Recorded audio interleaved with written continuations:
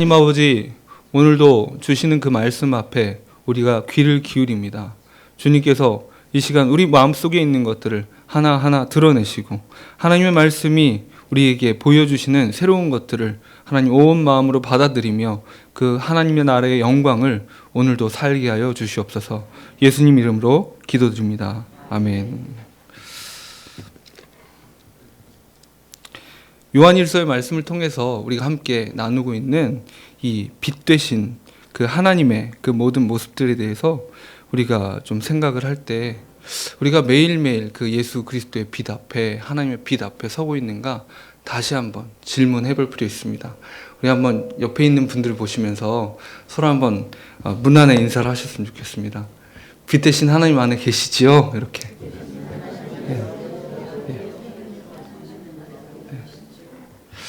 예. 빛 안에 있다는 그 증거를 우리가 뭘로 보여줄 수 있겠습니까?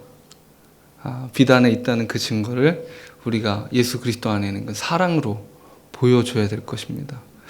빛 안에 있다면 우리 안에 있는 죄가 다 드러나서 그 죄가 드러났기 때문에 정말 회개할 수밖에 없고 예수 그리스도의 십자가 앞에 날마다 설 수밖에 없습니다.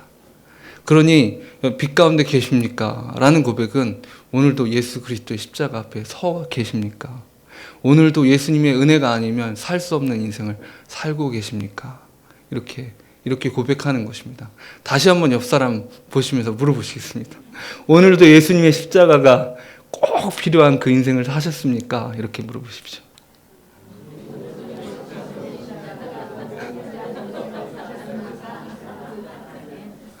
여러분, 이 질문은 정말 절박한 질문입니다. 왜냐하면 우리의 정체성과 관련이 있기 때문입니다. 하루라도 예수 그리스도의 십자가가 전부가 아니라면 그렇다면 우리 인생은 어디에 기초에 서 있습니까? 예수 그리스도의 십자가 앞에 서지 않는 그 삶에 있어서는, 그 순간에 있어서는 우리가 지금 여기 있을 이유가 어디 있습니까? 더 많은 곳들이 있습니다. 우리가 투자할 만한 귀한 시간들이 있을 겁니다. 우리가 해야 될 더 많은 일들이 있을 겁니다. 예수 그리스도의 십자가가 아닌데 우리가 왜 이 자리에 모이고 왜 예배를 드려야 되며 그리고 왜 교회가 되어야 되고 왜 공동체가 되어야 됩니까? 예수 그리스도의 십자가가 중심이 안 되면 그 교회의 특징이 있습니다. 교회는 교회인데 이름은 교회인데 공동체가 아닌 겁니다. 공동체는 이런 특징들을 좀 가지고 있습니다. 공동체에서는요, 각 사람이 자기 자신일 수 있습니다. 그러니까 공동체에 있으면 내가 어떤 사람인지 더 확인할 수 있고 정말 더 나다워져야 좋은 공동체입니다. 그런데 그 폭력적인 집단은 어떻습니까? 한 사람을 깎아내고 맞춰서 이렇게 기계 부속처럼 조직이 맞춰 놓으려고 하는 것이 이 조직이잖아요, 조직. 그렇죠? 그래서 내가 될 수 없는, 나 자신 본연의 모습을 살 수 없는, 뭔가 일을 하거나 있으면서도 내가 정말 이렇게 살아야 돼? 내가 정말 이렇게 살아야 돼? 내가 정말 이렇게 살아야 돼? 왜 청년들 보면 직장 3년 차에 거의 대부분 이런 고민에 빠지는 것 같아요. 과연 여기를 계속 다녀야 되느냐? 내가 이 일을 하려고 정말 준비한 게 맞느냐? 공부한 게 맞느냐? 남들은 부러워할지 모르고 대기업이라고 연봉이 좋다고 어떨지 모르지만 3년째 되면서 느끼는 거예요. 기계 부속 같고 내가 왜 이렇게 이 집단이 잘 되는 게 도대체 무슨 의미가 있지? 나는 계속 이용당하는 것만 같고. 그래서 교회인데 이용당하는 느낌이 든다면 어떻습니까? 공동체가 아니죠.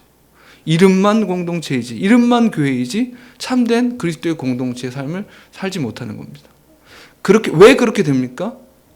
뭔가 교회가 원하는 어떤 목적, 비전이라는 말로 치장된 어떤 목적을 위해서 모두를 동원하고 모두를 한다면 그건 어떻게 됩니까? 누군가를 이용하는 것입니다. 그런데 참된 공동체에서는 내 자신이 될 수 있습니다. 왜냐하면 교회 안에서 하나님께서 내게 마련해 주신 그 자리가 있거든요.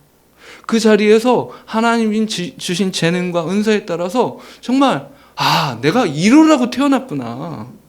마치 박세리가 다른 데서는 못할 수도 있고 뭐 할 수도 있지만 골프 그린 위에 딱 올라가면 야, 내가 이거 하라고 태어났어. 이렇게 골프 선수 하지 않았겠습니까? 그런 것처럼 교회 공동체 안에서 우리가 우리의 모습을 찾는 거예요. 아, 내가 이러라고 태어난 거구나. 참된 공동체는 그 사람의 진짜 모습을 찾게 도와줍니다. 그러면 각자 개인 플레이하는 그냥 각자 그냥 멋대로 살아가는 것이 공동체입니까? 그렇지 않습니다. 각자 자기의 모습이 그대로인데도 그럼에도 불구하고 그 안에 하나됨이 있는 거죠. 참 그 신기한 일, 이 세상에서 찾아볼 수 없는 그 일이 이 그리스도의 공동체 가운데 이루어집니다. 정말 예수 그리스도가 중심이 되실 때 그리스도 안에서 자기의 자리를 확인하고 자기의 자리를 확인한 그 사람들이 하나님께서 정해주신 각자가 자기가 중심이 되고자 하는 교회는 어떻습니까? 그냥 내가 옳다, 네가 옳다, 내 의견이 더 합리적이고 내 의견이 더 지혜롭고 내 의견을 따르는 사람이 더 많고 누구의 의견을 따르는 사람이 더 많고 이런 복잡한 이야기를 할 수밖에 없습니다. 하지만 예수 그리스도께서 중심이 되시면 어떻습니까? 때로는 내가 이해가 안 되고 용납이 안 돼요. 그런데 분명한 기도해보면 결론들이 나오잖아요. 내 마음에 너무 안 드는데 이게 하나님의 뜻인 것 같고, 그럼 어떻습니까?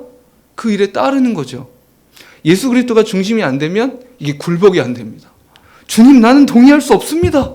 이제 하나님 앞에서도 항의를 하는 거죠. 하지만 예수 그리스도께서 내 삶의 중심이 되실 때 어떻습니까? 납득이 안 되는데 이렇게 굴복하는 거예요. 제가 요즘 이제 얘기를 듣고 있는 한 선교사님이 있는데 그런 얘기를 해요.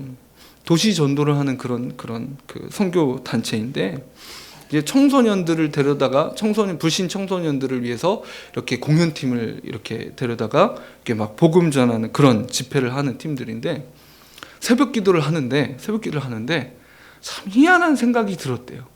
하나님이 주시는 생각처럼 여겨지는 생각이 제주도에 있을 때 내일 이맘때에 오늘 3시에서 4시 사이에 어느 거리를 좀 걸어 다녀라 하는 마음이 들더래요. 그래서 잊고 있다가 그 시간이 딱 돼서 그 남편 선교사님이 3시야 우리 나가야지 나갔답니다. 그리고서 길을 걷습니다. 제주도에 얼마나 번화가여도 길이 큽니까? 그러니까 한 번 쭉 갔어요. 15분 만에 갔습니다. 어쩌라고 아무 일이 없는 거예요. 기왕 나온 김에 한 번 더 걸읍시다. 한 번 더 걷고 그러다가 1시간을 채우고 딱 들어갔답니다. 아무 일도 일어나지 않았답니다. 아이고 뭐하러 그냥 바쁜데 3시에서 4시까지 1시간씩 걸어 다니고. 그런데 그러고 나서 이제 시간이 좀 흐르고 나서 이 전화 왔답니다. 아니 선교사님 왜 제 눈에 띄어가지고 무슨 얘기를 하는지 알 수 없는 얘기를 한 장로님이 하시더라는 겁니다. 하면서 이제 그분이 하는 얘기가 그 전에 이 청소년들 전도 집회에 자기가 헌금 작정한 게 있었는데 이제 이 헌금 내라는 도전이 있었는데 내가 지금 하는 이 사업 프로젝트를 따내면 내가 한 10%쯤 이렇게 생각하고 지나갔는데 그날따라 가게 앞에 딱 나왔는데 선교사님 얼굴이 딱 지나가는데 10%가 눈에 딱 띄더라는 겁니다. 그래서 아니야. 그러고 선교사님 얼굴을 잊어버리기 위해서 자기 약속을 잊어버리기 위해서 고개를 저으면서 가게로 급히 들어갔다가 다시 나오는데 또 지나가더라는 거예요. 그래서 주여 생각하면서 그 다음날 계좌번호를 부르라고 그래서 8천만 원을 입금을 했답니다. 원래 작정한 건 4천만 원인데 2번 봐서 8천만 원을 입금했다는 거예요. 하나님 나라 안에 있을 때에 하나님이 중심이 되면 이런 이해할 수 없는 상황에 하나님의 뜻 앞에 굴복함이 생겨요. 누구는 그게 뭐야 생각할지 모르죠. 하지만 당사자들은 어떻습니까? 하나님이 주신 마음이어서 순종하지 않을 수가 없는 것인걸요.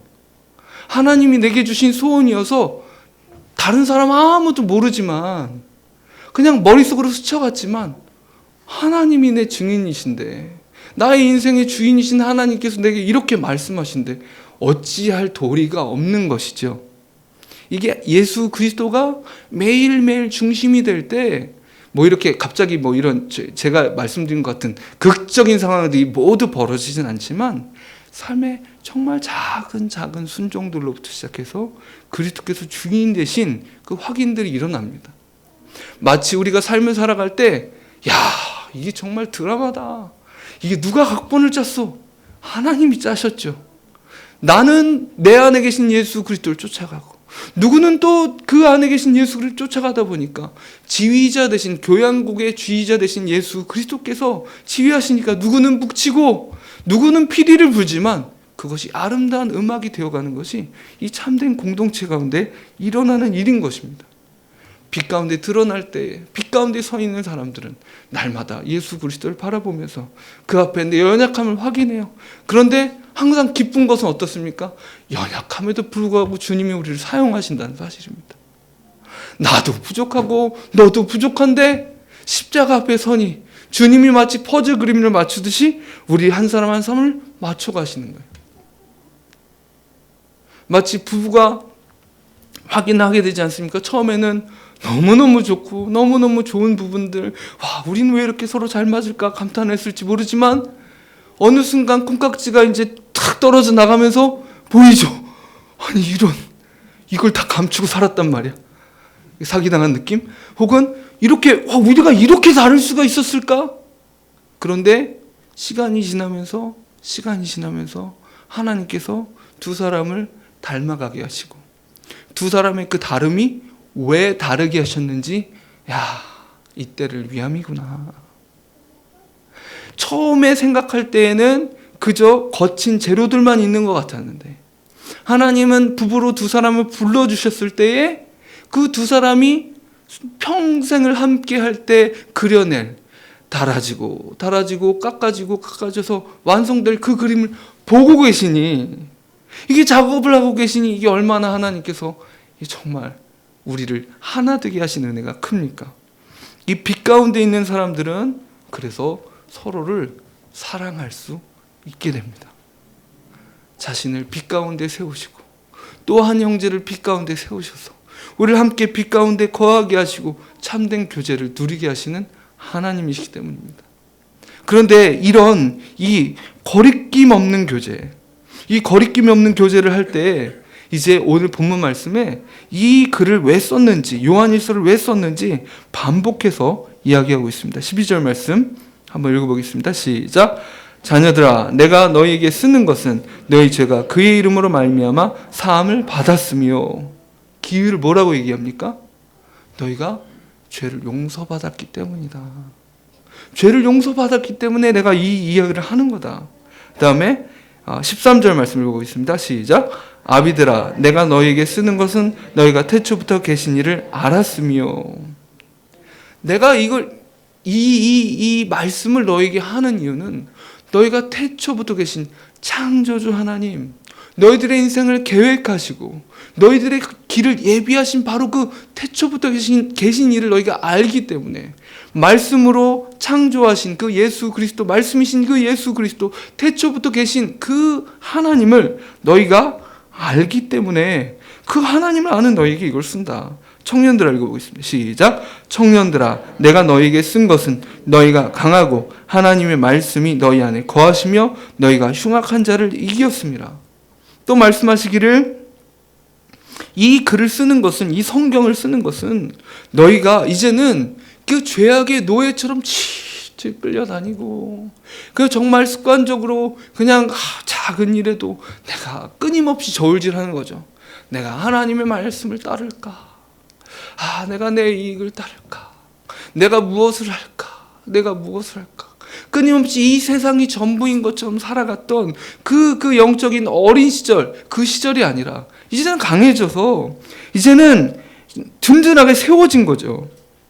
그래서 너희 하나님의 말씀이 이제는 너희 안에 있어. 무슨 말씀입니까? 세상의 생각들이 너희 안에 사로잡혀서 그냥 세상이 뻔히 저쪽이야 그러면 다 같이 그냥 그쪽이 옳은 줄 알고 그냥 다 같이 뛰어가는 그런 삶이 아니라 하나님의 말씀이 그 안에 있어서 하나님의 말씀이 가리키는 그곳으로 갈 준비가 되어 있는 사람들입니다. 그리고 실제로도 어떻습니까? 흉악한 자를 이기었음이라. 영적인 전쟁 가운데 끊임없이 승리들을, 크고 작은 승리들을 맛보고 있는 사람들에게 이제 이 이야기를 합니다.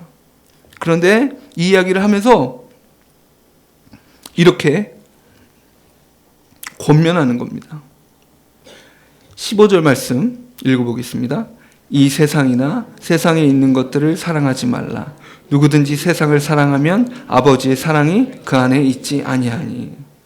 이제 이 사랑을 얘기하면서 세상 사랑에 대한 얘기를 꺼냅니다.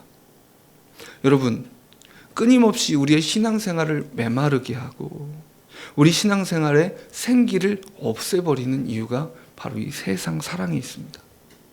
세상 사랑 어떻습니까? 사랑의 대상이 하나님이 아닙니다. 세상 사랑의 대상이 마땅한 그 방향을 찾지 못하고 엉뚱한 곳으로 흘러가기 시작할 때 세상 사랑이 우리 안에 시작됩니다. 초점을 잃어버릴 때. 다시 말씀드리면 아까 설교 시작할 때 말씀드렸던 것처럼 매일매일 십자가 앞에 서는 것, 예수 그리스도의 십자가가 내 인생의 기초인 것이 날마다 확인되지 않을 때, 그때 우리는 끊임없이 예수 그리스도의 십자가가 우리 삶의 주변부로 밀려납니다. 우리는 의식하지 못해요. 우리는 의식하지 못합니다. 여전히 매주일 예배 드리는 것 같고 기도에 나와서 기도하는 것 같습니다. 우리가 신앙생활에 마땅한 의무들도 행하는 것 같습니다. 그런데 보이지 않는 순간 예수 그리스도께서 내 삶의 중심에서 밀려나기 시작합니다. 영적인 간격들이 사라지기 시작합니다. 말씀에 대해 순종하고자 하는 마음들이 점점 옅어갑니다. 그리고 은혜 하면 과거의 추억이 되기 시작합니다. 오늘도 내가 은혜 받지 않으면 살 수 없다 하는 절박함들이 없어져 갑니다. 밥을 내가 한 끼라도 안 먹으면 내 위장은 벌벌 떠는데, 그죠?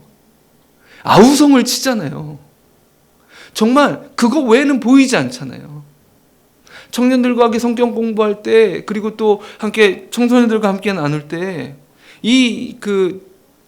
즐겨 나누는 말씀 중에 하나가 사람이 떡으로만 살 것이 아니요 살아계신 하나님의 말씀으로 살 것이니라 라고 말할 때, 그리고 우리 욕망에 대해서 얘기할 때 이런 예화들을 가끔 들거든요. 밥을 두 끼를 굶었다 치자. 정말 지친 마음으로 집으로 들어갔을 때 뭐가 보이겠냐?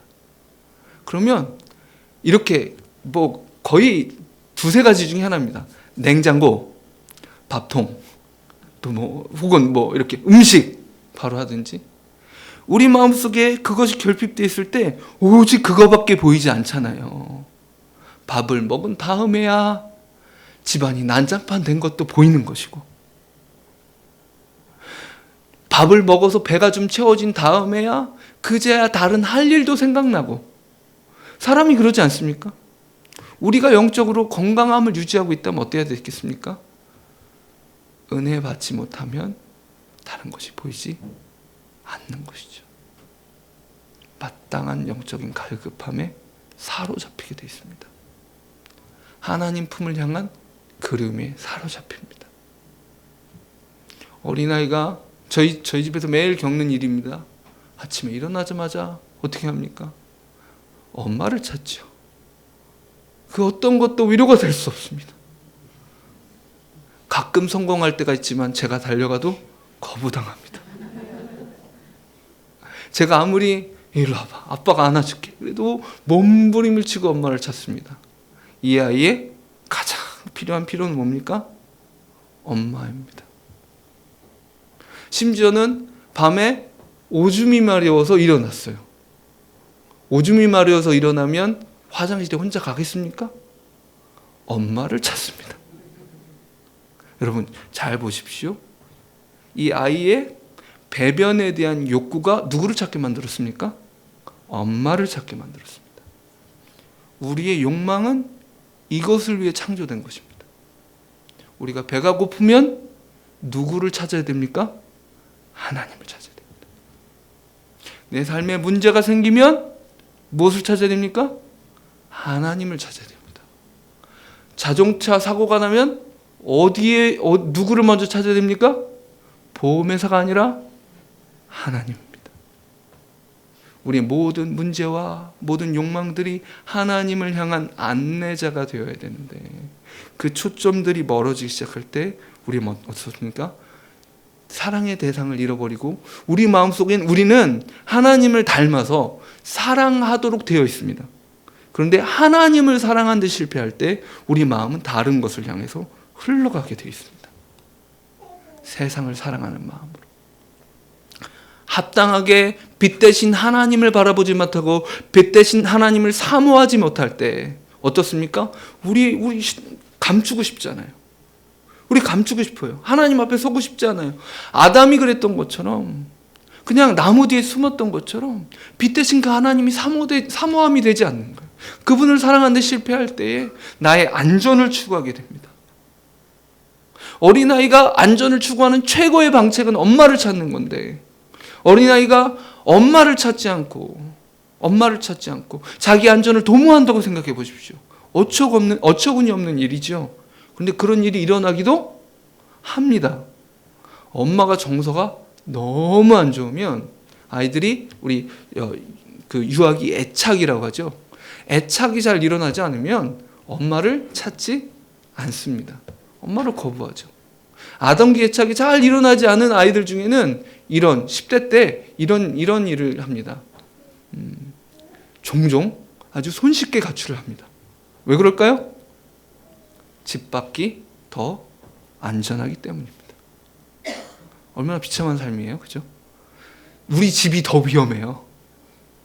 학대당한 가정에서 자란 사람들이 공통적으로 고백하는 것 중에 하나가 집에 들어가기 싫어서 길거리를 배회한 적이 한두 날이 아니다라는 얘기를 합니다. 그런데 그 안전을 정말로, 그런데 우리 하나님은 그런 이상한 아빠가 아니잖아요. 주님은 우리를 학대하지 않으신다고요.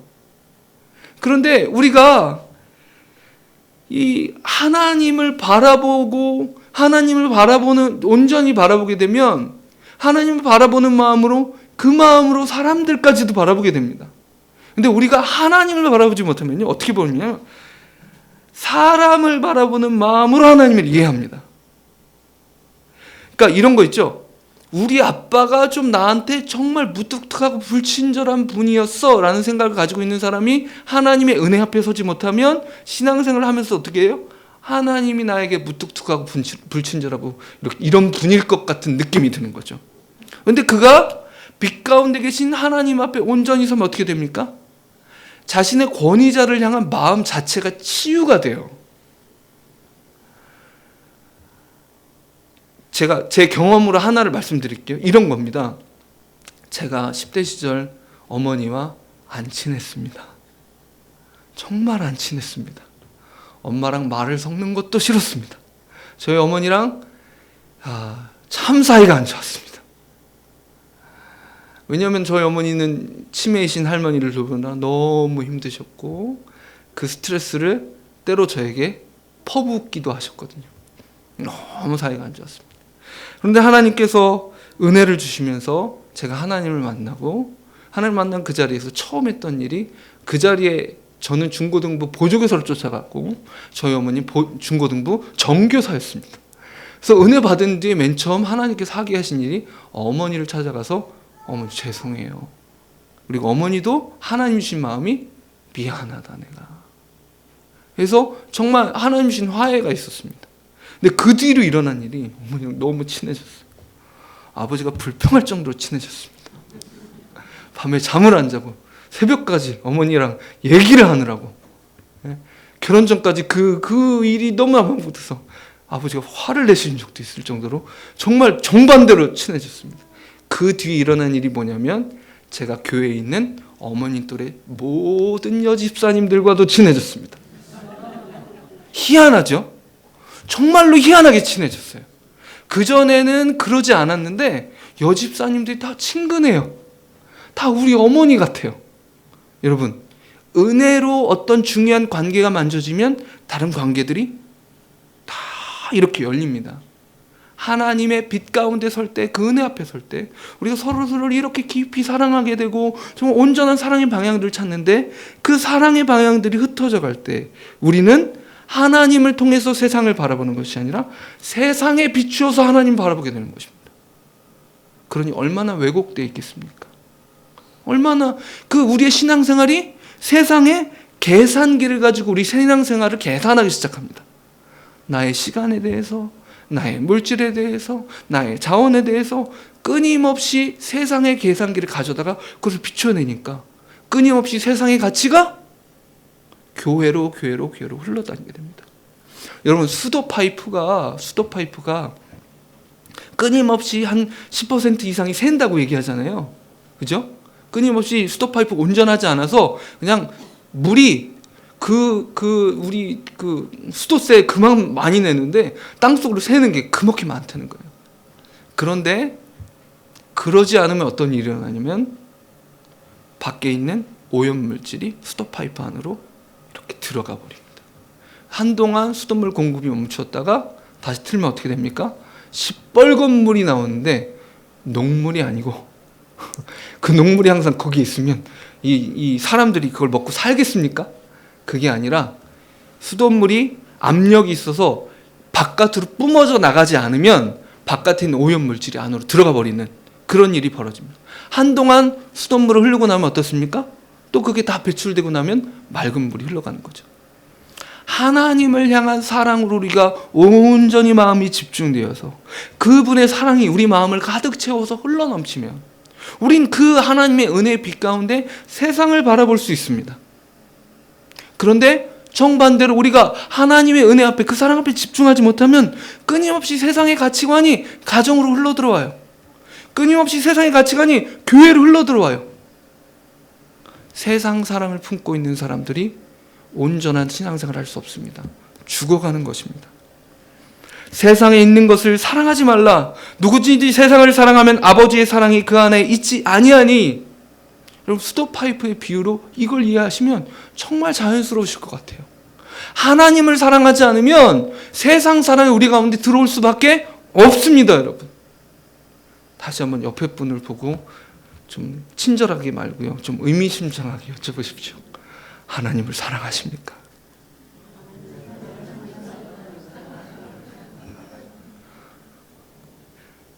제가 아는 목사님이 설교 시작할 때마다 여러분 하나님을 사랑하십니까? 먼저 묻고 시작했던 기억이 납니다. 하나님 사랑하지 않으면 말씀을 들어도 소용이 없습니다. 16절 말씀 읽어보겠습니다. 시작. 이는 세상에 있는 모든 것이 육신의 정욕과 안목의 정욕과 이생의 자랑이니 다 아버지께로부터 온 것이 아니요 세상으로부터 온 것이라. 이 세상도 그 정욕도 지나가되 오직 하나님의 뜻을 행하는 자는. 이 세상에 있는 모든 것이 우리 육신의 필요를 채우기 위해서 그냥 떡 그냥 이렇게 좁아진 마음이죠. 아무것도 안 보입니다. 여러분, 우리가 욕망에 사로잡히면 그러죠. 제가 처음 부모님 밑에서 살다가 독립하면서 이렇게 날짜 계산을 잘못해가지고 보증금이 덜 마련됐어요. 그러니까 그날 하루 동안 돈밖에 안 보이더라고요. 다행히 저희 이모님이 빌려주셔가지고 이렇게 급히하고 막 이렇게 했는데, 그 마음이죠. 쫓기는, 육신의 정욕에 쫓기는 마음입니다. 안목의 정욕 어떻습니까? 한번 우리 여자 성도님들 한번 저 옷을 내가 입으면 좋을 것 같은데, 혹은 홈쇼핑을 즐겨 이용하시는 분은 저 괜찮을 것 같은데, 그럼 계속 생각나는 거죠. 계속 내 눈에 꽂힌 것들. 그리고 우리 인터넷 서핑을 하거나 뭘 하거나 눈앞에 있는 그 모니터에 꼽히면 어떻습니까? 시간이 가는 줄도 모르고 이렇게. 이 안목의 정욕이 우리 인생을 얼마나 사로잡는지 모릅니다. 이생의 자랑을 위해서 얼마나 끊임없이 우리가 경쟁합니까? 그 자존심이 뭐라고? 그 무시당하고 싶지 않은 마음, 또 인정받고 싶은 그 마음으로 우리가 얼마나 몸부림을 칩니까? 저도요, 저를 돌아볼 때 정말 장은서, 넌 정말 아직도 이렇게 유치하고 정말 넌 인생을 왜 이렇게 사니? 싶은 것처럼 대화를 하다가 불쑥 이렇게 마음속에 스스로 돌아볼 때 절규하는 거예요. 나 좀 알아주세요. 내가 이런 일을 했어요. 내가 이런 걸 알아요. 내가 그래도 이런 사람이에요. 이렇게 얘기하고 싶은 그 마음속의 몸부림. 여러분 정말 유치해서 견딜 수 없습니다. 지나가고 나면 정말 내가 왜 이렇게 이런 인생을 사나. 정말 하나님 불쌍히 여기십시오. 정말 낯뜨거운 그런 순간들이 정말 일주일에도 수차례 지나갑니다. 그런데 그 모든 것들이 아버지께로 온 것이 아닙니다. 여러분 이 아버지께로부터 온 것이 아니라고 말할 때 잘 생각하셔야 됩니다. 인정받고 싶은 마음 자체는 하나님께서 우리 마음에 심어주신 마음입니다. 육신의 정욕 중에서도 식욕, 또 우리가 편안하고 싶은 욕구, 모든 것이 다 하나님께 주신 욕구입니다. 그런데 여기서 말하는 아버지께로부터 온 것이 아니요 세상으로부터 온 것이라 라고 말할 때는 이것은 세상에 의해서 과장된 것을 얘기합니다. 우리 지금의 사회의 큰 문제가 뭡니까? 과소비입니다. 왜냐하면 이 세상에 식량은 부족하지 않거든요. 자원이 부족하지 않습니다. 그런데 어디선가는 굶어 죽은 사람이 있죠. 어디선가는 음식이 남아서 배불러서 버리죠. 다이어트 한다고 하죠. 왜 그런 일이 벌어집니까? 누군가는 자기가 필요한 것보다 더 많이 소비해서 버리기 때문이다. 먹는 것이 아니라 처먹기 때문에 그런 것입니다. 여러분 저는 이 표현이 전혀 사실과 다르지 않다고 생각합니다. 우리가 어떤 것을 소비할 때 마땅히 하나님께서 내 분복으로 주신 것보다 더 많이 먹어치우고 더 많이 입고 더 많이 신고 더 많이 누리기 때문에 이 땅에 누군가는 굶고 있습니다. 결핍에 시달리고 있습니다. 이것이 왜 그렇습니까? 끊임없이 광고가 대표적이죠. 너는 이것을 써야 되고 이것을 입어야 되고 이것을 먹어야 되고 이것을 해야만 한다. 끊임없이 세상은 우리의 욕구를 과대 포장합니다. 주스 한 잔만 마셔도 행복해질 것처럼 환하게 웃어댈 때 우리도 이렇게 먹으면서 침을 꿀꺽 삼키고 이렇게 흐뭇한 미소를 짓습니다. 그리고 그걸 먹어봐야 되는 거죠. 이게 바로 세상의 정욕입니다. 세상이 과장해서 없는 것인데 있는 것처럼, 의미 없는 것인데 의미 있는 것처럼 그렇게 만들어낸 그 허상들, 우린 그 허상들 속에 살아가고 있습니다. 그것을 신뢰하고 쫓아가고 강박이 시달리듯이 쫓아가는 그 모든 것이 하나님께로부터 오지 않았습니다. 하지만 17절 말씀 보겠습니다. 시작. 이 세상도 그 정욕도 지나가되 오직 하나님의 뜻을 행하는 자는 영원히 거하느니라. 그런 우리를 제자리에 올려놓는 것은 하나님의 뜻입니다. 하나님의 말씀입니다. 풀은 마르고 꽃은 시드나 주의 말씀은 영원합니다. 세상은 우리에게 가짜 기준들을 맨 처음에 사단이 뱀이 유혹했던 것처럼 거짓말로 거짓 욕구를 자극해서 네가 하나님처럼 될 거야 라고, 네가 온 세상의 중심이 될 수 있을 거라고, 네가 더 만족할 수 있을 거라고 그렇게 우리를 속여대지만 끊임없이 하나님의 말씀 앞에 있는 사람은 하나님의 말씀의 기준 앞에서 하나님을 향한 그 온전한 사랑 안에, 여러분 하나님을 사랑하면 모든 것을 다 포기해야 될까요? 그럼 모든 것이 다 결핍이 될까요? 아니요. 어린아이가 엄마를 찾으면 어떻게 됩니까? 모든 것이 채워집니다. 모든 것이 채워집니다. 우리가 하나님을 찾으면 우리의 모든 것이 채워집니다. 그러니 일용할 양식밖에 구할 것이 없어요. 우리 이 시간 함께 기도 제목 보면서 함께 기도하겠습니다. 함께 기도할 때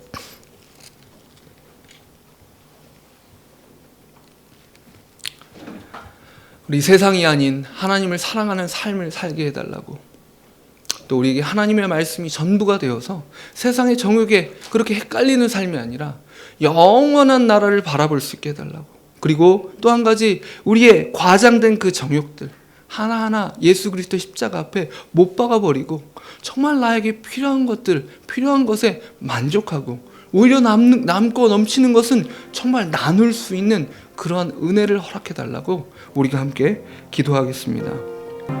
찬송가 한 곡 부르시겠습니다. 우리의 생각으로 되지 않습니다. 우리의 노력으로 되지 않습니다. 주님이 우리의 중심이 되실 때 주님께서 우리를 사용하셔서 그 일을 이루어 가실 것입니다. 우리 학신반을 위해서도 기도해 주셨으면 좋겠습니다. 그저 열심히 예습한다고 되지 않습니다. 거기에 있는 지식을 다 익혔다고 되지 않습니다. 그저 대답을 잘한다고 되지 않습니다. 예수 그리스도를 사랑해야 됩니다. 주님 없이는 안 되는 절박한 마음으로 말씀을 붙잡지 않으면 우리가 어찌 말씀 앞에 변화되겠습니까? 정말 성령께서 모임의 주관자 되시도록, 그리고 정말 우리 교회가 주님 없이 되지 않습니다 라는 우리의 고백의 열매가 이런 기도의 불꽃인 것 같습니다. 여러분, 52명의 기도의 동역자들이 이 금요기도에 모여서 다 함께 주님 이름 앞에 부르짖으며, 주님, 우린 주님 없이는 안 됩니다. 주님 없이 숨 쉴 수 없습니다. 날마다 우리 주님 없이 설 수 없습니다. 우리가 공동체로서 세상의 논리대로 그렇게 살 수밖에 없습니다. 주님 없이는 그저 세상과 다를 바 없는 인생들입니다. 이렇게 고백하는 정말 기도의 동역자들이 세워질 수 있게 되라고 우리 주여 한번 외치고 교회를 위해서 기도하겠습니다. 아버지, 우리 교회를 다시 한번 예수 그리스도 앞에 올려드립니다. 우리가 이 자리에 있는 이유는 우리의 유익을 위해서가 아닙니다. 우리를 핏값으로 사신 예수 그리스도의 그 이름, 그 영광을 위해 이 자리에 있사오니 그 영광을 위해 우리를 사용하여 주시옵소서. 예수 그리스도의 이름으로 기도드립니다. 아멘. 251장 모든 교역자들을 위해서, 담임 목사님을 위해서, 모든 교역자들을 위해서, 또한 장로님들을 위해서, 모든 교회 지도자들을 위해서, 또 구역과 또 새가족들을 위해서 우리 함께 기도하겠습니다. 정말 하나님께서 주시는 그 예수 그리스도의 마음으로 섬기며, 그리고 또 그 구역마다 정말 하나님이 중심이 되는, 그저 침묵이나 그저 대화하거나 그저 의무감으로가 아니라 정말 예수 그리스도께서 그 교회의 중심이 되셔서 은혜가 나눠질 수 있도록, 서로를 위해서 기도할 수 있도록, 또 특별히 새가족들에게 우리 교회가 해야 될 정말 중요한 의무가 무엇입니까? 복음이 전해지는 것입니다. 복음의 능력이 나타나야 합니다. 복음의 흔적들이 새가족들 가운데 드러나는 것이 교회의 영광이고 면류관입니다. 하나님께서 이 한 사람 한 사람 이 마음 가운데 복음의 영광을 회복시켜 주셔서 예수 그리스도의 사랑이 느껴지게 해달라고, 우리 새가족반을 비롯해서 모든 그 섬김의 손길들 중에서 예수 그리스도의 손과 발이 된 것처럼 그분들을 섬길 때 하나님의 가족이 된 것이 이런 것이구나, 이렇게 영광스러운 것이구나, 이렇게 세상에서 맛볼 수 없는 사랑이 이곳에서 주어지는구나 확인될 수 있도록 정말 이 모든 새가족들을 위해서 말씀이 귀에 들려질 수 있게 해달라고, 말씀의 능력이 드러날 수 있게 해달라고, 교회의 면류관이 되게 해달라고 우리가 함께 합심해서 주여 한번 외치고 기도하겠습니다. PPT 넘겨주시고요. 우리 계속해서 다음 기도 제목 위해서 기도하겠습니다. 우리 교회 학교를 위해서 우리 함께 기도할 때 다음 세대 가운데 하나님께서 해답을 가지고 계십니다. 우리가 우리의 습관과 우리의 지혜 그 속에서만 해답을 찾으려고 한다면 하나님을 제한하는 것이 될 수 있습니다. 교회 학교의 생명의 대안을 하나님 허락해 주십시오. 우리 생각과 패러다임이 정말 우리의 생각이 아니라 정말 하나님의 패러다임이 바뀔 수 있도록 해달라고, 특별히 교역자와 교사들을 위해서 기도하겠습니다. 영혼을 향한 간절한 마음으로 정말 부르짖는 하나님의 사람들 될 수 있도록, 특별히 교역자와 교사들이 영적인 부흥을 먼저 경험할 수 있도록 기도해 주십시오. 그리고 특별히 3월 29일 큐티 세미나 말씀 앞에서 바로 서는 부모가 될 수 있도록 우리 많은 가정 가운데 세속적인 가치관들이 들어와 있습니다. 하나님을 사랑하는 것이 가장 중요한 가치인 가정을 찾기가 사실은 쉽지 않습니다. 너무 안타까운 일이지만 쉽지 않습니다. 너무 안타깝습니다. 우리 가정에서 정말 첫걸음입니다. 이게 전부도 아니고 첫걸음입니다. 큐티 세미나, 자녀들에게 말씀을 읽히고 함께 말씀을 묵상하고 함께 말씀을 앞에 서기 위한 그 몸부림을 먼저 시작할 수 있도록 이 큐티 세미나 하나님 사용해 주십시오. 부모들이 이게 내 책임이구나, 일주일에 한 번 주일 1시간, 1시간 반 교회 학교에 이게 다 책임져질 일이 아니구나. 내가 날마다 내 책임을 맡겨진 내 자녀를 내가 책임져야 되는구나. 이렇게 확인할 수 있는, 그리고 필요하면 회개할 수 있는, 하나님 앞에 다시 한번 자녀를 맡겨주신 하나님의 은혜를 기억하는 시간 되도록 우리가 주여 한번 외치고 또 기도하고, 그 다음 기도 제목 또 주십시오. 교회 학교를 위해서 기도해 주시고, 또 연약한 성도들을 위해서 또 기도하겠습니다. 연약한 성도들 한 사람 한 사람의 이름을 부르면서 기도해 주시고, 또 군복무하는 우리 형제들을 위해서 우리 아직까지도 또 추운 날씨입니다. 위해서 기도해 주시고, 또 하나님께서 주시는 치유의 은혜가 영적으로도 있을 수 있도록, 우리가 영적으로 나약해지고 은혜 앞에서 떠나 있고 상대방을 용서하지 못하고 관계관계 어려움이 있는 그 모든 영적인 질병 가운데서 치유될 수 있도록 우리가 연약한 성도들을 위해서 또 함께 기도하겠습니다. 우리 두 가지 기도 제목들을 놓고 주여 한번 외치고 계속 기도하겠습니다.